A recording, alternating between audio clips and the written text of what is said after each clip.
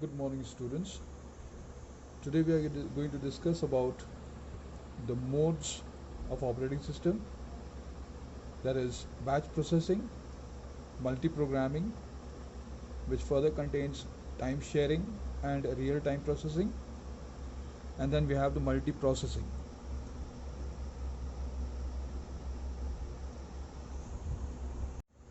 Thereafter we are going to discuss about the classifications of operating system, that is single user, which further contains single task, and then we have a multitask, and then after that we have a multi-user. Let's begin with the batch processing, the modes. It is one of the oldest method of data processing, remember, and it is applied to the multi-user system where similar jobs are submitted to the CPU processing. First the job is read, and then these jobs are grouped.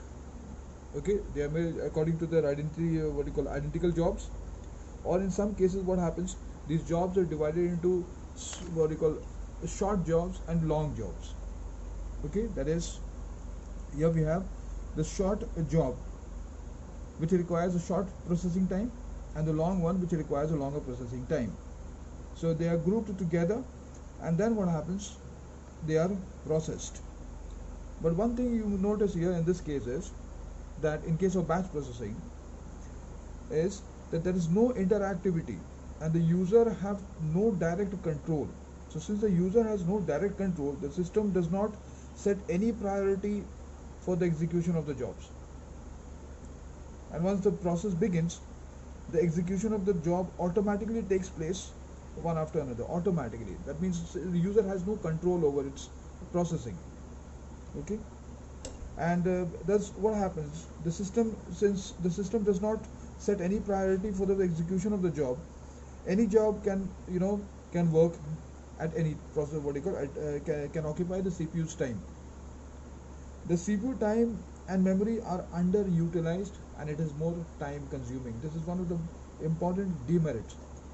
So as it in case of batch processing, what happens is that the jobs are processed on a first come first serve basis. So there is a lot of wastage of time for the CPU, and the CPU is underutilized. Then we have the next one, that is multi-programming. When you talk about multi-programming, as we know that in the batch processing the CPU was underutilized. So in order to cope up with this problem, the concept of multi-programming system developed, where two or more independent programs can be executed at the same computer, and thus what happens, it optimized the utilization of your memory as well as the CPU. Okay, so multi-programming, as you know, it means the basic meaning is that is more than one programs are running at the same time. So thus it provides for several users to share the execution time of the CPU in a sequence.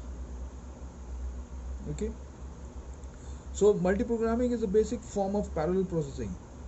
Means while the input for device is busy entering the values of the data, the CPU is also busy processing, as well as the output device is also busy giving the output. Okay, where several programs are run at the same time in a uniprocessor. There is a single processor over there. That is the basic disadvantage, that it works on a single processor. Okay, we'll see in the next part, that is multiprocessing, where we have a multiple processors. Okay, so in this technique of multiprogramming, it can be performed in two different ways. First is time sharing. This method refers to the allocation of computer resources in a time dependent slot. Okay, basic time is given. The CPU time is shared among all the users on the schedule basis.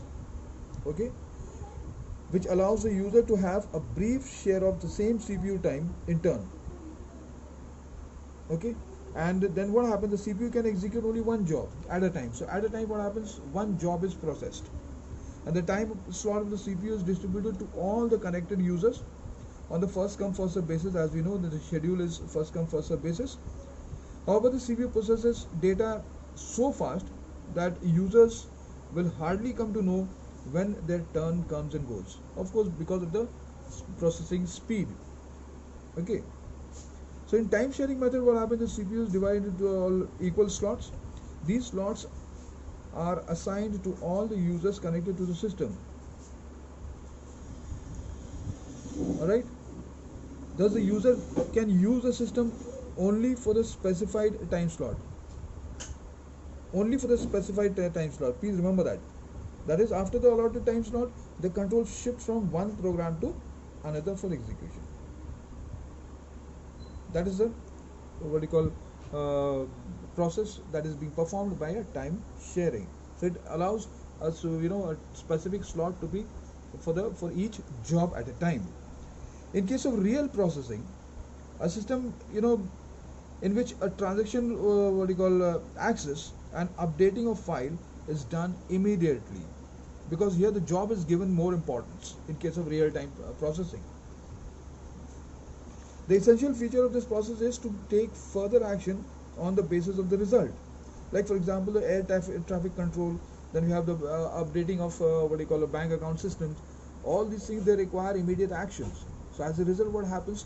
They have to be updated. The files have to be updated immediately as it comes.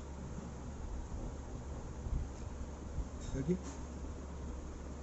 So the real-time system is used where different processes are executed for the same time slot, but in some processes what happens, the time slot can be extended to complete the execution. So there is another multiple processes are awaiting there for a single process is awaiting over there, to that is the time is extended and it passes to the next execution cycle. Multiprocessing, a system in which two or more CPUs are available independently. That means in case of multi-programming, more than one applications, programs or task is running in a single processor, whereas in case of multiprocessing, more than, that is in this system, a number of application programs and tasks are running on a multiple processor. That's what happens is shares. Suppose the time is, suppose one job has say 7 minutes and it requires only 5 minutes.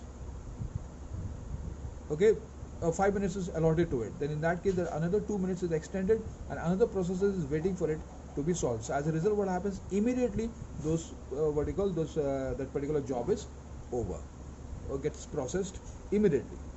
So without the wastage of time.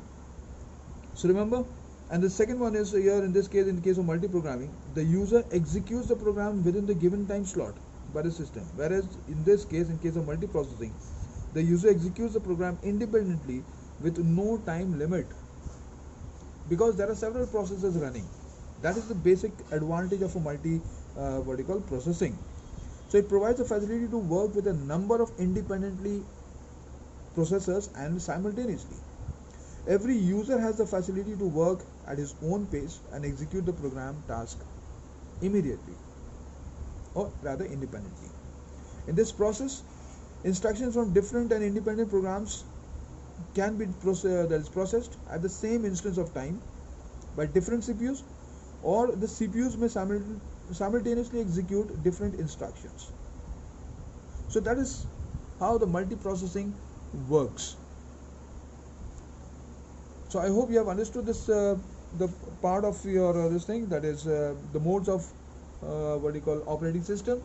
The first one, that is the batch. Second one, we have multiprogramming, which is further classified into time sharing and real-time processing. Then we have a multiprocessing. Okay, and also the advantage that multiprocessing has over multiprogramming, or we can also say the difference between multiprogramming and multiprocessing. Okay, then we have the next one, that is the classification of operating system. An operating system, as you know, it can it plays a very important role in performing the various tasks related to a computer system. So it can be divided into two, can be classified into two types. One is single user and the other is a multi-user. A single user operating system has a single CPU and a set of input and input vertical output devices. It supports only one user at any point of time to work. Whereas in case of multi-user, we have many users working at the same time. Okay, in a particular operating system. So here in case of single user, we divide the single user into another further two parts. That is single user single task and single user multitask. In case of DOS, a single user could perform only single task at a time. Whereas in case of Windows, if you notice, as an operating system, we have a single user performing multiple tasks. Like you can perform, you can write letters in MS Word, minimize. You can work on PowerPoint, minimize. You can work, perform calculations with respect to the data that is given to you using Excel. So all these things can be done. Alright, and whenever you require Word, you can simply maximize and start working on it. So in a cascading order, you can work. So that's why we say single user multitask. Then we have a multi-user. Okay, multi-user operating system means that is, it allows more than one user to interact with the computer at a time, and each user works on a different set of programs and data. Like for example, LAN setup, a local area network. When we have, from the server computer, what happens, all the computers are sharing the Windows operating system. So the node computers or the workstation do not have what you call the operating system of their own. They share the operating system of the server. And so what happens, one is working in MS Word, the other is working in PowerPoint, the other person is working in this thing. So there are multiple users sharing the CPU, the one that is present in this server. So this is a good example of a multi-user operating system. Okay, it allows a different user to take advantage of the CPU's the computer's resources, whereby each of the programs that they use has sufficient and separate resources, so that problems with one user doesn't affect the entire community of the users. So if one user is having a problem, the other user will continue to work independently without any problem. So this is what we have for today's topic. The next topic we will include, that is the introduction to user interface, and further we'll move on.